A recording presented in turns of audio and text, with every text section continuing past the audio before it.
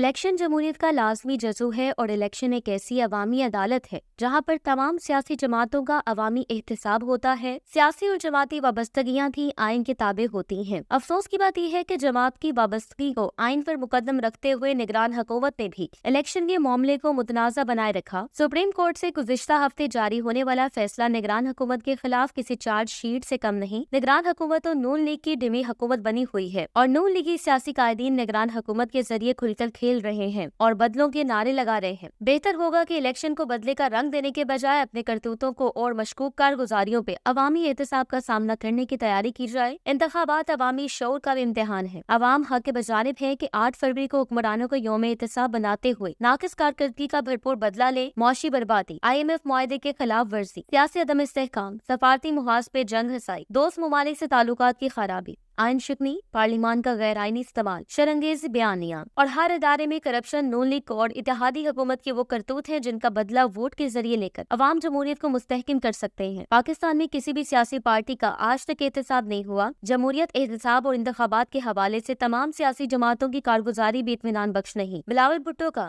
Level playing field کا واویلا بھی دراصل سندھ میں ناقص کارکردگی پہ پردہ ڈالنے کا ایک بہانہ ہی دکھائی دیتا ہے۔ وہ بڑے میاں صاحب دھوم دھام سے واپس تو آ گئے ہیں، لیکن چھوٹے میاں صاحب کی 1.5 سالہ وزارت عظمیٰ کا بوجھ پیٹھ پر لاد کر الیکشن لڑنا سہل ثابت نہ ہوگا۔ الیکشن کی تاریخ کا اعلان ہوتے ہی دونوں بڑی سیاسی جماعتیں یعنی پاکستان مسلم لیگ نون اور پاکستان پیپلز پارٹی ملک گیر انتخابی مہم کے لیے متحرک ہو گئی ہیں۔ پیپلز پارٹی نے تو سندھ میں جلسے بھی شروع کر دیے ہیں۔ الیکشن کمیشن آف پاکستان کے اعلان کے مطابق 8 فروری 2024 کو ہونے جا رہے ہیں۔ یہ وہ تاریخ ہے جس پر کسی قسم کے سمجھوتے اور تبدیلی کا امکان نہیں۔ سپریم کورٹ آف پاکستان نے بھی 8 فروری کی تاریخ پر مہر ثابت کر دی ہے، جس کی روشنی میں کہا جا سکتا ہے کہ الیکشن اب ہر حال میں 8 فروری کو ہوں گے۔ اسی دن رات گئے نتائج کے بعد یہ فیصلہ بھی ہو جائے گا کہ صوبوں اور مرکز کا اقتدار کس کے حصے میں آتا ہے۔ لازمی امر ہے، تاریخ بھی یہی بتاتی ہے، جس نے پنجاب جیت لیا وہ مرکز کا ہو گیا۔ پیپلز پارٹی جو کل تک PDM کے حکومتی اتحاد کا حصہ تھی، اب اس اتحاد کی جماعتوں سے اپنے راستے الگ کر چکی ہے۔ وہ اکیلے ہی انتخابی میدان میں اترے گی اور 8 فروری کے انتخابی معرکے میں حصہ لے، جس کے لیے پیپلز پارٹی اپنی صف بندی کر رہی ہے۔ بلا شبہ سندھ میں پیپلز پارٹی بہت مضبوط جماعت ہے۔ اب بھی بھٹو کے نام پر وہاں ووٹ پڑتا ہے، لوگ دیوانہ وار اس نام پر پیپلز پارٹی کو ووٹ دیتے ہیں، مگر پنجاب میں پارٹی کو سندھ والی پوزیشن حاصل نہیں۔ اس لیے آصف علی زرداری اور بلاول بھٹو زرداری نے طے کیا ہے کہ وہ پنجاب میں بیٹھیں گے اور یہ کہ وہ پنجاب کا انتخابی میدان کس طرح جیت سکتے ہیں اس پر اپنی پوری توجہ مرکوز کریں گے، کیونکہ پنجاب ہی وہ واحد صوبہ ہے جو وفاق میں کسی بھی جماعت کے لیے اقتدار کی راہ ہموار کرتا ہے۔ یہی وجہ ہے کہ آصف علی زرداری اور بلاول بھٹو زرداری سندھ سے نکل کر اب پنجاب میں ڈیرے لگانے کا ارادہ رکھتے ہیں۔ ہمارے معاشی حالات اس وقت بہت ہی ابتر ہیں۔ ڈالر کسی ایک جگہ ٹکا ہوا نہیں ہے، روپیہ بھی مستحکم نہیں ہو رہا، پیٹرول گیس کی قیمتیں آسمان کو چھو رہی ہیں، مہنگائی کا جو عالم ہے اس سے پہلے ایسا عالم کبھی نہیں دیکھا۔ مڈل کلاس اور متوسط طبقے کی چیخیں نکل گئی ہیں، حالات کے ہاتھوں وہ نڈھال اور بے حال ہو چکے ہیں، سیاسی خلفشار بھی حد سے زیادہ بڑھ گیا ہے۔ تحریک انصاف اگرچہ بکھر چکی ہے، کئی حصوں میں تقسیم ہے، اس کے باوجود اپنا وجود رکھتی ہے۔ جہاں تک مقبولیت کا تعلق ہے تو الیکشن کے نتائج سے پتہ چل جائے گا کس کی مقبولیت کا گراف نیچے آیا ہے یا اپنی جگہ پر قائم ہے۔ لہٰذا ضروری ہے کہ انہیں الیکشن میں حصہ لینے کی اجازت ہونی چاہیے۔ کسی قسم کی فرسٹریشن کسی بڑے طوفان کا پیش خیمہ بن سکتی ہے۔ دیکھنا یہ ہوگا کہ سیاسی جماعتیں انتخابی اتحاد کرتی ہیں یا نہیں۔ ابھی تو یہ نہیں واضح کہ پیپلز پارٹی بھی کسی کے ساتھ انتخابی اتحاد کرتی ہے یا نہیں۔ PTI کسی بھی جماعت سے انتخابی اتحاد نہیں کرے گی اور اس کے امیدوار ملک بھر میں ہر جگہ سے کھڑے ہوں گے۔ PTI کی انتخابی مہم کون چلائے گا؟ یہ بہت بڑا سوال ہے، کیونکہ الیکشن ہونے تک کپتان اور شاہ محمود قریشی کے جیل سے باہر آنے کا کوئی امکان نہیں۔ ان پر مقدمہ چلانا ہے تو بے شک ضرور چلائیں، کپتان کو بھی اعتراض نہیں ہے، مگر جس مقدمے میں سزا دینی مقصود ہو اس کا ٹرائل اوپن کورٹ میں ہونا چاہیے، تاکہ ٹرائل کی پوری روداد ڈائلاگ اور